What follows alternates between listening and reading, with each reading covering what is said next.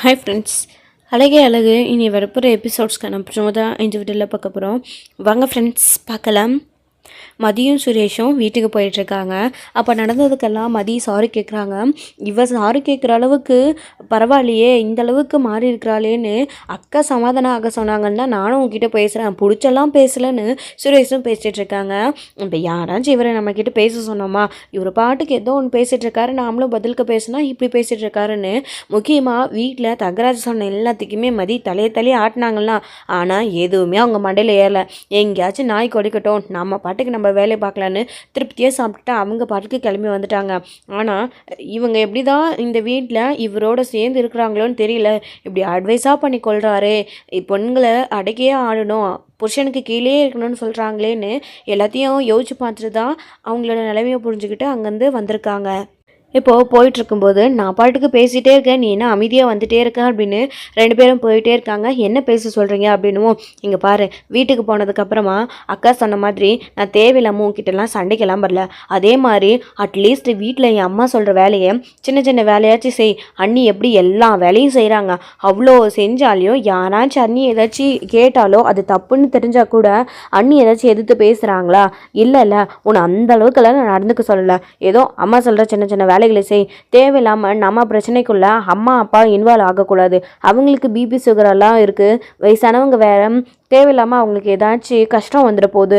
நீங்கள் பாரு, நீ உன் பாட்டுக்கு உன் வேலையை பாரு, என் பாட்டுக்கு நான் வேலையை பார்க்குறேன். சாதாரணமாக நான் உங்ககிட்ட பேசுகிறேன். அதை மற்றபடி நீ இதை செய் அதை செய் அப்படின்னால எனக்கு தயவு செஞ்சு அட்வைஸ் பண்ணிக்காத. உன் பிரச்சனைக்கே நான் வரவே மாட்டேன். உன்னை ஏன் இப்படி இருக்க, என்ன பண்ணுற, ஏன் இப்படி எல்லாம் பண்ணுறேன்னு நான் எதுவுமே கேட்க மாட்டேன். என் பாட்டுக்கு நான் சைலண்ட்டாக என் வேலையை பார்த்துட்டு நான் இருந்துடுறேன். உன் அம்புக்கே வரமாட்டேன். அதே மாதிரி நீயும் உன் பாட்டுக்கு உன் வேலையை பார்த்துட்டு இரு. என்கிட்ட நீ அதை பண்ணு இதை பண்ணு அப்படின்னு எதுவுமே கேட்காது. என்ன அப்படி நம்ம இருந்தோம்னாவே நமக்குள்ள சண்டை வராது. இதனால அப்பா அம்மாவும் பாதிக்க மாட்டாங்க, எந்த பிரச்சனையும் வராது. நீ கொஞ்சமா விட்டு கொடுத்து போகலாம், தப்பு இல்லைல்ல. உன் அம்மா அப்பா உனக்காக எவ்வளோ சொல்றாங்க, வந்து இப்படியெல்லாம் இரு இப்படி இருன்னு சொல்லிட்டு அட்வைஸ் பண்ணிட்டு போறாங்களே, நீ கொஞ்சமாச்சு உன் அப்பா அம்மா பேச்சியாச்சு நீ கேட்குறியா? அண்ணன் அண்ணி நான் எல்லாரும் அப்பா அம்மா பேச்ச எப்படி கேட்குறோம், நீ அந்த மாதிரி எதுவுமே கேட்க மாட்டியா? உன் அப்பா அம்மாவை உனக்கு பிடிக்கும்ல, ஏன் இப்படி பண்ணிட்டு இருக்க? நீ ஒரு தடவையாச்சு புரிஞ்சுக்கோ, அவங்க சொன்ன மாதிரி நடந்துக்கோ, அப்போ தான் வீட்டில் பிரச்சனை வராது இனிமேலுக்கு அப்படின்னு சுரேஷ் சொல்லிகிட்டே போகிறாரு. நான் என்ன புரிஞ்சுக்காமல் போயிட்டேன், நான் என்ன தப்பாக நடந்துக்கிட்டேன்னெல்லாம் கேட்டுகிட்டே வருவோம். பார்த்தியா திரும்பவும் ஆரம்பிச்சிட்டா அப்படின்னுவோம். நான் எதுவும் பேசலை அப்படின்னு மதி வந்து அமைதியாகவே சொல்கிறலாம் கேட்டுக்கிட்டு அமைதியாக வராங்க. அதுக்குன்னு சின்ன சின்ன வேலைகளை கூட நீங்கள் எதுவும் செய்ய மாட்டீங்களா, அதை கூட கேட்கக்கூடாதா அப்படின்னுவோம். நம்ம தாயே அதெல்லாம் நான் பார்த்துக்கிறேன்னு சொல்லிட்டேன்ல, தேவையில்லாமல் நம்ம ரெண்டு பேருக்குள்ளே சண்டை வேணாம், எதுக்கு அடித்தடி பிரச்சனை பண்ணிக்கிட்டு, நீ உன் வேலையை பாரு நான் என் வேலையை பார்க்குறேன்னு சொல்லிகிட்டே போயிட்டுருக்கவோ வண்டியில் சடனாக டக்குன்னு பிரேக் போடுறாரு. போயிட்டே இருக்கும்போது அப்போது அவ்வளோ யாரையுமே டச் பண்ணாமல், அதாவது பைக்கில் உட்காந்துக்கிட்டு பிடிக்காமல் வண்டியையும் பிடிக்காமல் பேக்கையே பிடிச்சிட்டு வந்த மதிக்கு அங்கே பிரேக் போட்ட உடனே டக்குன்னு ஒரு கையில் பேக்கையும் இன்னொரு கையில் சுரேஷையும் கெட்டியாக பிடிச்சிக்கிறாங்க. அதுவும் அவரோட ஷோல்டரை பிடிச்சிக்கிறாங்க. அப்போ சுரேஷும் ஆச்சரியமாகி பார்க்குறாங்க. சாரி, நீங்கள் வண்டி பிரேக் போட்டிங்க அது அப்படின்னும், நான் ஒன்றும் வேணும்னு போடல, நானும் தெரியாமல் தான் போட்டேன் அப்படின்னு சொல்லிட்டு இதுக்கு கோவப்படாமல் ரெண்டு பேரும் வீட்டுக்கு போகிறாங்க. வீட்டுக்கு போனதுக்கப்புறமா இங்கே குட்டி பாப்பா மாமா வந்துட்டாரு, அதாவது சித்தப்பா சித்தி வந்துட்டாங்கன்னு ஆசையாக அவ்வளோ அழகாக ஓடி போகிறாங்க. மதி வந்ததுக்கப்புறமா குழந்தைக்கிட்ட கொஞ்சிட்டு இருக்காங்க. வாட சுரேஷ் அப்படின்றாங்க. வீட்டுக்கு போனதுக்கப்புறமா நடந்த காயத்தை பற்றி தான் அவங்க அம்மாவும் அப்பாவும் கேட்குறாங்க. மதியம் இதுக்கு ஷாக் ஆகுறாங்க. இவர் உண்மையை சொல்லிடுவாரா, தேவையில்லாமல் இதனால் பிரச்சனை வந்துடுமான்னு யோசிக்கிறாங்க. அப்படியே வந்தாலையும் நாம் ஒன்றும் வேணும்னு தள்ளி உள்ளேன்னு யோசிச்சுக்கும் போது சுரேஷ் வந்து சொல்லி சமாளிச்சிடறாரு. ஸ்டேஷனில் இடிச்சுக்கிட்டேம்மா, தெரியாமல் இடிச்சுக்கிட்டேன் அப்படின்னு சொல்லிடுறாரு. பெருசாக அதெல்லாம் எதுவும் இல்லை அப்படின்னு, பெருசாக காயம் மாதிரி இருக்குது, என்னடா எதுவும் இல்லைன்னு சொல்கிறா அப்படின்னும், ஒன்றும் இல்லைம்மா விடேம்மா அப்படின்றாங்க. அதே சுரேஷ் சொல்கிறா இல்லைம்மா விடேம்மா அப்படின்றாங்க. ஏண்டா உன் தம்பி இப்படி இடிச்சுக்கிட்டு வந்து நிற்கிறான், உனக்கு கொஞ்சம் கூட கவலையே இல்லையா? அவன் சாதாரணமாக சரி சும்மா தான் இடிச்சுக்கிட்டேன்னு சொன்ன உடனே ஸ்டேஷனில் அப்படியே விடுன்னு சொல்கிறியடா அப்படின்னு உடனே துடிக்க ஆரம்பிக்கிறாங்க. அவங்க அம்மா அமைதியாக இருப்பாங்களா, அவங்களுக்கு சந்தேகம் வருது. கேட்குறாங்க, ஏண்டா அங்கே மாப்பிள்ளை வீட்லேயும் அமைதியாக இல்லாமல் ஏதாச்சும் சண்டை போட்டிங்களா ரெண்டு பேரும், அவங்களுக்கு தொந்தரவு கொடுத்து சண்டை போட்டு இந்த மாதிரி ஏதாச்சும் அடி போட்டுச்சு அப்படின்னு கேட்குறாங்க. அவ்வளோ அதிர்ச்சி ஆகிடுது, எப்படி அம்மா நடந்த மாதிரியே சொல்கிறாங்களேன்ட்டு. ஆனால் அங்கே நடந்தது வேறு அப்படின்னு சுரேஷ் புரிஞ்சுக்கிட்டு, மாமா நீ நினைக்கிற அளவுக்குலாம் எதுவுமே இல்லைம்மா, அப்படியெல்லாம் இருந்திருந்தா மாமா இந்நேரம் உனக்கு ஃபோன் பண்ணாமல் இருந்திருப்பாரா, அதெல்லாம் எதுவும் இல்லை அப்படின்றாங்க. தேவையில்லாமல் மாப்பிள்ளைக்கு தான் நிறைய சிரமம் கொடுக்குறோம் சுரேஷ் அப்படின்னுட்டு இருக்காங்க. இனிமேல் அந்த மாதிரிலாம் நடக்காதுப்பா அப்படின்றாங்க. ஆமாம் ஆமாம், இனிமேலாச்சு ஒழுங்காக இருக்கிற வழியை பாருடா. உங்கள் அம்மா நடந்த பிரச்சனையில் உனக்கு வேறு கல்யாணம் பண்ணி வைக்கலாம், டிவோர்ஸ் பண்ணிட்டுன்ற அளவுக்கு போயிட்டான். ஏதோ இந்த ஒரு தடவை பார்க்கலான்னு தான் பொறுமையாக விட்டுருக்குறோம். இந்த குடும்பத்துக்கு ஏற்ற மாதிரி நடந்துக்கிட்டா எல்லாரோட வாழ்க்கையுமே நல்லாயிருக்கும், எல்லாருமே நிம்மதியாக இருப்போம். அப்படி இல்லைன்னா உன் அம்மா சொன்ன மாதிரி தாண்டா அடுத்த தடவை நடக்கும், எல்லாரையும் பார்த்து புரிஞ்சு நடந்துக்க சொல்லு அப்படின்ற மாதிரி தான் அப்படியே ஜாடமாடியாக அவங்க அப்பா பேசிகிட்டு இருக்காங்க. அதையுமே இதெல்லாம் கேட்டு நின்றுட்டுருக்காங்க. இந்த சாதாரண ஒரு விஷயத்துக்கு டிவோர்ஸ் வரைக்கும் போகணுன்ற அவசியமே கிடையாதுன்ற மாதிரி தான் மதி யோசிக்கிறாங்க. அப்போ பாக்கியராஜ் இருந்துக்கிட்டு, அப்பா அவங்களே இப்போ தான் வந்திருக்காங்க, எதுக்குப்பா அந்த விஷயத்தை பற்றி பேசிக்கிட்டு, இனிமேல் அந்த மாதிரிலாம் நடக்காதுப்பா, மதி புரிஞ்சுப்பா, விடுங்கப்பா, இதை பற்றி பேச வேணாம் அப்படின்னு பாக்கியராஜ் வந்து டைவெர்ட் பண்ணி விடுறாரு. அதுக்கப்புறமா சுரேஷ் மோங்க கை கால் கழுவிட்டு வாங்க சாப்பிடுவீங்க அப்படின்னுவோம். அண்ணி வேணாம் அண்ணி, நாங்கள் மாமா வீட்டிலே சாப்பிட்டுட்டு வந்துட்டோம் அப்படின்னு சுரேஷ் சொல்கிறாரு. சரி சுரேஷ் அப்படின்னு உடனே கிச்சனுக்கு போயிடுறாங்க. மதி வந்து மலரே பார்க்குறாங்க, அவங்க அடுத்து எதுவுமே பேசாமல் போயிடுறாங்க. அடுத்து அவங்கவுங்க ரூமுக்குள்ளே அவங்கவுங்க போயிடுறாங்க. போனதுக்கப்புறமா தண்ணி எடுக்கலான்னு சொல்லிட்டு திரும்பவும் வரலான்னு நினைக்கிறாங்க. நம்ம மலர்கிட்ட வந்து மதி வந்து கிச்சனுக்கு அவங்க அங்கே வேலை செஞ்சிட்ருக்கும்போது தண்ணியும் எடுக்கிறாங்க. ஆனால் அவங்க திருப்பி கூட பார்க்குறது கிடையாது. மலர் அவங்க பாட்டுக்கு அவங்க வேலையை அவங்களே செஞ்சுட்டே இருக்காங்க. அவங்கக்கிட்ட பேசணும் அப்படின்றாங்க. எதுவுமே யார்கிட்டையுமே பேசாமல் அவங்க பாட்டுக்கு சமைச்சிட்டே இருக்காங்க. இவங்க இன்னமும் நம்ம மேலே கோவமாக தான் இருக்காங்க போல இருக்குன்னு மதியமே எதுவும் பேசாமல் அடுத்து ரூம்குள்ளே போயிடுறாங்க. அடுத்த நாள் வந்து வழக்கம் போல் மலர் வந்து எந்திரிச்சு எல்லாம் வேலையை செஞ்சிட்ருக்கவும் மதி கரெக்டாக டைமுக்கு எந்திரிக்கிறாங்க. ஆனால் வழக்கம் போல் அவங்க ஜாகிங் போக ஆரம்பிச்சிடுறாங்க. என்னங்க இவன் மாறிடுவா, குடும்பத்துக்கு ஏற்ற மாதிரி நடந்துப்பான்னு பார்த்தா இத்தனை நாள் போகாதவ கூட இன்றைக்கி வீம்புக்குன்னே போகிறா போல இருக்கு அப்படின்னுவோம். இதெல்லாம் தெரிஞ்ச கற்று தானே, விடு பார்த்துக்கலாம் அப்படின்றாங்க. நான் போயிட்டு வரேன் ஜாகிங் அவங்களும் போயிட்டுறாங்க. மலர் அவங்க பாட்டுக்கு அவங்க வேலையை பார்க்க ஆரம்பிச்சிட்டாங்க. அப்போ அவங்க அத்தை இருந்துக்கிட்டு, மலர் சொன்னதெல்லாம் ஞாபகம், மூத்த மருமகளா நீ கெத்தாக நடந்துக்கணும் அப்படின்னுவோம்.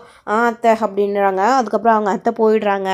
ஆமாம், நீங்கள் இந்த வீட்டில் மருமகளாக வந்து உங்கள் மாமியார் அப்படி தான் அடைக்க ஆண்டிங்களா என்ன? உங்கள் மாமியார் உங்களை எப்படியெல்லாம் ஆண்டாங்க, நாங்களும் அதே மாதிரி இருக்கணுமா அப்படின்ற மாதிரி தான்.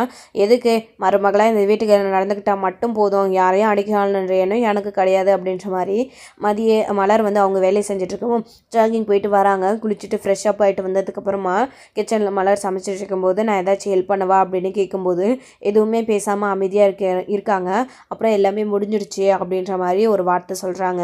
அப்போது அவங்களுக்கு தெரிஞ்ச வேலையை என்ன வேலை செய்யணுமோ அதெல்லாம் செஞ்சிட்ருக்காங்க. மலர் தண்ணி கொண்டு வா, மலர் காஃபி கொண்டு வா அப்படின்னால சொல்கிறாங்க. அது எல்லாத்தையுமே இவங்க வந்து செஞ்சிட்ருக்காங்க. மதி வந்து இது அவங்களோட அத்தைக்கு ஆச்சரியமாக தான் இருக்குது. என்னடா மலர்கிட்ட கேட்டால் இவ எடுத்துகிட்டு வந்து கொடுக்குறாளே அப்படின்னு சந்தேகமாக பார்க்குறாங்க.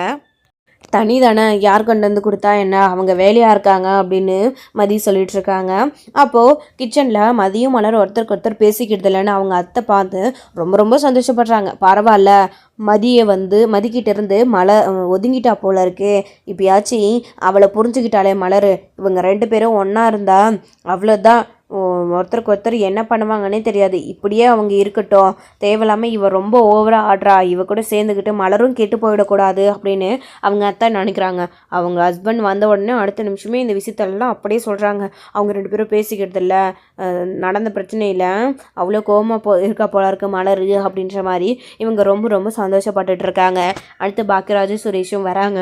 2 பேரும் வந்துட்டாங்க பாரு, காஃபி போட்டு வா மலருன்னு உடனே 2 பேருக்கும் காஃபி போட்டு வந்து வைக்கவும் கரெக்டாக அங்கே ஏதோ வந்து பொங்க வருது. அந்த வேலையை அடுத்து பார்க்கணுன்னு சொல்லிட்டு வேகமாக அதை பார்க்கவும் நான் காஃபி எடுத்துகிட்டு போய் கொடுக்குறேன், நீங்கள் பாருங்கள் அப்படின்னு சொல்லிட்டு காஃபி எடுத்துகிட்டு போகிறேன்றாங்க. இல்லை நானே பார்த்துக்கிறேன், கொடுங்க நான் பார்த்துக்கிறேன்னு சொல்லிட்டு உண்மையிலேயே மதி மாறிட்டாளான்னு மலருக்கே கூட கொஞ்சம் சந்தேகமாக தான் இருக்குது. ஏன்னா இந்த வேலையெல்லாம் செய்கிறாளே, சின்ன சின்ன வேலைகள் செஞ்சுட்டு தான் இருந்தா, ஆனால் இன்றைக்கி ஓடி ஓடி மதி செய்கிறாளேன்ற ஆச்சரியம் மலருக்கு இருக்குது. காஃபி எடுத்துக்கோங்கன்னு பாக்கியராஜுக்கு கொடுக்கும். தேங்க்ஸ்ப்பா அப்படின்றாங்க. சுரேஷ்க்கு கொடுக்குறாங்க. சுரேஷும் காஃபி எடுத்துக்கிட்டு அன்றைக்கி ஒரு கிளாஸ் எடுத்துகிட்டு போய் வச்சதுக்கு எவ்வளோ சண்டை வந்துச்சு, இன்றைக்கி நம்ம குடிச்சிட்டு இங்கேயே வைக்கலாமா இல்லை ஷிங்கில் போடலாமா, இதுக்கு சண்டை போடுறால என்ன பண்ணலான்னு பார்க்கலான்ட்டு அண்ணன் என்ன பண்ணுறாரோ நாமளும் அதையே பண்ணலாமான்னு சுரேஷ் யோசிச்சாலையும் அடுத்து நமக்கு வேலை இருக்குதுன்னு சொல்லிட்டு காஃபி குடிச்சிட்டு சுரேஷ் ஃபோன் பார்த்துட்டு அங்கேயே தான் வச்சுட்டு போகிறாங்க. நம்ம பாக்கியராஜு குடிச்சிட்டு எடுத்துகிட்டு போய் அவர் ஷிங்கில் போட்டுட்டு மலர்கிட்ட சமாதானப்படுத்த பேசவும் போகலாமோ கோவமாக பேசுகிறாங்க. ஐயோ இன்னுமே அவருக்கு கோவமாக இருக்காளேன்னு பாக்கியராஜ் அவர் பாட்டுக்கு போயிடுறாரு. ஷிங்கில் போட்டுட்டு அதுக்கப்புறமா அவங்க ரெடி ஆகிட்டுருக்காங்க. இவங்க மலர் வந்து லஞ்ச் கட்டிகிட்ருக்காங்க எல்லாருக்குமே. மதியமே அடுத்து என்ன பண்ணுறாங்கன்னா கிச்சன்லேருந்து வராங்க, எல்லா டம்ளரும் எடுத்துகிட்டு போய் வைக்கிறாங்க. வாஷ் பண்ணுற சாமானத்தெல்லாம் வாஷ் பண்ணி வச்சுட்டு அடுத்து அவங்க ரெடியாகி காலேஜுக்கு கிளம்புறதுக்காக அவங்களும் ரெடியாகி நிற்கிறாங்க. சுரேஷ் வந்து உட்கார்வா சாப்பிடுவ அப்படின்னு மலர் கூப்பிடுவோம். அவங்க போய் உட்கார்றாங்க, சாப்பிட்றாங்க. அவங்க அத்தை வந்துட்டுருக்காங்க. என்ன காலையில் ஏதோ மாறிட்டா, எல்லா வேலையும் செய்கிறான்னு பார்த்தா இன்றைக்கி மலர் தான் சுரேஷ்க்கு சாப்பாடு பரிமாறிட்டுருக்காளேன்னு மதியோட நடவடிக்கை எப்படி இருக்குதுன்னு அவங்க அத்தைக்கும் மாமாவுக்கும் நோட் பண்ணுறதே ஒரு வேலையாக வச்சுருக்காங்க. அப்போது காலேஜுக்கு கிளம்புறதுக்காக அவங்களும் வராங்க. பாக்கியராஜ் வராரு. டக்குன்னு பாக்கியராஜை சாப்பிட்டுட்டு சரி நான் வரமான்னு சொல்லிட்டு கிளம்புறாரு. லஞ்ச் பேக்கையும் கொடுத்து அனுப்புகிறாங்க. ஆனால் சுரேஷ் என்ன பண்ணுறாருன்னா ஃபோனையே பார்த்துட்டு உட்காந்து சாப்பிட்டுட்ருக்காரு. ஏன் மதிய கூட சாப்பிட்டு முடிச்சாச்சு. அப்போ என்ன பண்ணுறாங்கன்னா ஃபோனு டக்குன்னு பிடுங்கிக்க ஆரம்பிக்கிறாங்க. சாப்பிடும்போது ஃபோன் பார்த்துட்டே சாப்பிட்டா டைம் போடுறது கிடையாது. மணி என்ன ஆகுது, என்னைக்கு நீங்கள் சாப்பிட்டுட்டு என்னைக்கு டியூட்டிக்கு போகலான்னு இருக்கீங்க, அவங்களை யாரும் கேள்வி கேட்க மாட்டாங்கன்றதா, போலீஸ்காராக இருந்தால் எந்த டைமுக்கு வேணாலும் போகலாமான்னு மதி கேட்குவோம். தோ ஆரம்பிச்சிட்டாலே அப்படின்ற மாதிரி தான் நினைக்கிறாங்க. அப்புறம் தான் சுரேஷ் டைமை பார்த்துட்டு அச்சோ ஆமாம் ரொம்ப தேங்க்ஸ் ஞாபகப்படுத்துறதுக்கு, ஃபோன் ஒரு முக்கியமான விஷயமா தான் பார்த்துட்டு இருந்தேன், அதான் டைம் போதே தெரிலன்னு அப்படியே சாப்பாட்லேருந்து எந்திரிச்சு கை கழுவிட்டு வேகமாக ஆஃபீஸ்க்கு கிளம்புறாரு. இதுக்கு முதல்லையே ஃபோனை வச்சுட்டு ஒழுங்காக சாப்பிட்ருக்கணும்னு மதி சொல்லிட்டு இருக்காங்க. இனிமேல் இந்த மாதிரி பண்ண மாட்டேன் சரியா, சரி என்ன நான் கிளம்புறேன், நீ வரையா ட்ராப் பண்ணிட்டு போகவா அப்படின்னும், இல்லை நானே போய்க்கிறேன்றாங்க. இல்லை பரவாயில்லவா அந்த வழியாக தானே போகிறேன், ட்ராப் பண்ணிட்டு போகிறேன்னு சுரேஷ் போகவும் என்ன இவன் கோவப்படாத அப்படியே அவன் சொல்லத்தெல்லாம் கேட்குறான். அவன் என்னடா ஃபோன் பார்த்துட்டு இருக்கும்போது ஃபோனை பிடுங்கி வச்சுட்டு திட்டிகிட்டு இருக்கா. லேட் ஆகிடுச்சு, போலீஸ் ஸ்டேஷன் என்ன உங்கள் அப்பா வீட்டு சொத்தான்ற மாதிரி கேட்குறா. ஆனால் இவன் அதையும் பெருசாக எடுத்துக்காம இவனும் ஆமாம் டைம் ஆகிடுச்சு சரி நாளைக்கு இருந்து ஃபோன் பார்க்குறதுன்னு சொல்லிட்டு அவ சொன்னதுக்கெல்லாம் தலையாட்டிட்டு போகிறானே என்னங்க இதுன்னு சொல்லவும் ஒன்றுமே புரியாமல் இருக்கிறாங்க அவன் அத்தையும் மாமாவும். என்னன்னு தெரியலையே, ஒருவேளை இவனும் பொண்டாட்டி தாசனா மாறிட்டானா பாக்யராஜ் மாதிரி அப்படின்னு பேசிகிட்டு இருக்குவான். ஆமாம் என்னையும் என் புருஷனையும் இழுக்கலைன்னா இவங்களுக்கு தூக்கமே வராதில்ல. அவனே இப்போ தான் ஏதோ கொஞ்சமாச்சும் புரிஞ்சுக்கிட்டு மதிக்கிட்டு கோவப்படாமல் 4 வாரத்தை பேசுகிறான். தங்கராஜன் வீட்டுக்கு போனதுனால ஒருவேளை புத்தி வந்துருச்சா, நல்ல புத்தியெல்லாம் தங்கராஜன் எப்பவுமே சொல்கிறவர் கிடையாது, என்னமோ மாறி இருக்கிறான், அப்படியே இருந்தால் நல்லாயிருக்கும், விட்டால் இவங்களுக்கு எடுத்து விட்டுருவாங்க போல இருக்கு, இந்த குடும்பத்துக்கான சண்டை வர்றதும் நல்லா இருக்கிறதும் இவங்களால மட்டும்தான் அப்படின்னு மலர் நினச்சிக்கிட்டு அவங்க பாட்டுக்கு வேலையை பார்க்க ஆரம்பிச்சிடுறாங்க. மதியம் கூட்டிகிட்டு போய் ட்ராப் பண்ணிவிட்டு சரி எனக்கு நேரம் ஆகுது நான் கிளம்புறேன் அப்படின்னுமோ, டைம் ஆகிடுச்சுன்னு அவசரமாக வேகமாக போகாதீங்க பொறுமையாக போங்கன்னு மதி சொல்லவும் சரி நீ பார்த்து போயிட்டு வா அப்படின்னு சொல்லிட்டு சுரேஷ் போகிறாரு. 2 பேருமே கொஞ்சம் சின்ன சேஞ்சஸ் பண்ணியிருக்காங்க. ஸோ இதெல்லாம் விட்டு கொடுத்து போனால் ஓரளவுக்கு அவங்களுக்கு அண்டர்ஸ்டாண்டிங் வரலாம். இதெல்லாம் ஒரு தப்பான ஒரு விஷயமும் பெரிய விஷயமும் கிடையாது. இதுக்கு முன்னாடி இந்த மாதிரிலாம் நடந்துட்டு இருந்திருந்தா கண்டிப்பாக இந்த பிரச்சனையெல்லாம் எதுவுமே வந்திருக்காது. தேவையில்லாமல் ஏன் ஒரு பெண் சொன்னால் அதை கேட்கக்கூடாதுன்ற சட்டம் ஏதாச்சும் இருக்கா? நல்லதுக்காக தானே சொல்கிறாங்க, சொன்னால் கேட்கக்கூடாதா? சுரேஷ் அந்த மாதிரி தான் கேட்டார், அதையே குத்தன்ற மாதிரி தான் அவங்க அம்மா சொல்லிட்டு இருக்காங்க. ஸோ இதோட இந்த எபிசோடு வந்து முடிச்சிருக்காங்க. அடுத்தடுத்த எபிசோடில் இனி என்ன நடக்க போகுது, இதே மாதிரி 2 பேரும் புரிஞ்சுக்கிட்டு அப்படியே 2 பேரும் ஒன்று சேர போகிறாங்களா, நம்ம செய்கிறது தப்பு இப்படி தான் இருக்கணும்னு அட்ஜஸ்ட் பண்ணிக்கிட்டு இருக்க போகிறாங்களா, இல்லை அவங்களுடைய சுரேஷோட அம்மா ஏதாச்சும் சுரேஷோட மைண்டை மாற்றி இப்படி இருக்கக்கூடாதுன்னு சொல்லி திரும்பவும் ஏதாச்சும் பிரச்சனை வரப்போதா என்ன அப்படின்ற எல்லாத்தையுமே வெயிட் பண்ண நெக்ஸ்ட் வீடியோவில் பார்க்கலாம் ஃப்ரெண்ட்ஸ். தேங்க்யூ. இந்த வீடியோ உங்களுக்கு பிடிச்சிருந்தா லைக் பண்ணுங்கள், ஷேர் பண்ணுங்கள், கமெண்ட் பண்ணுங்கள்.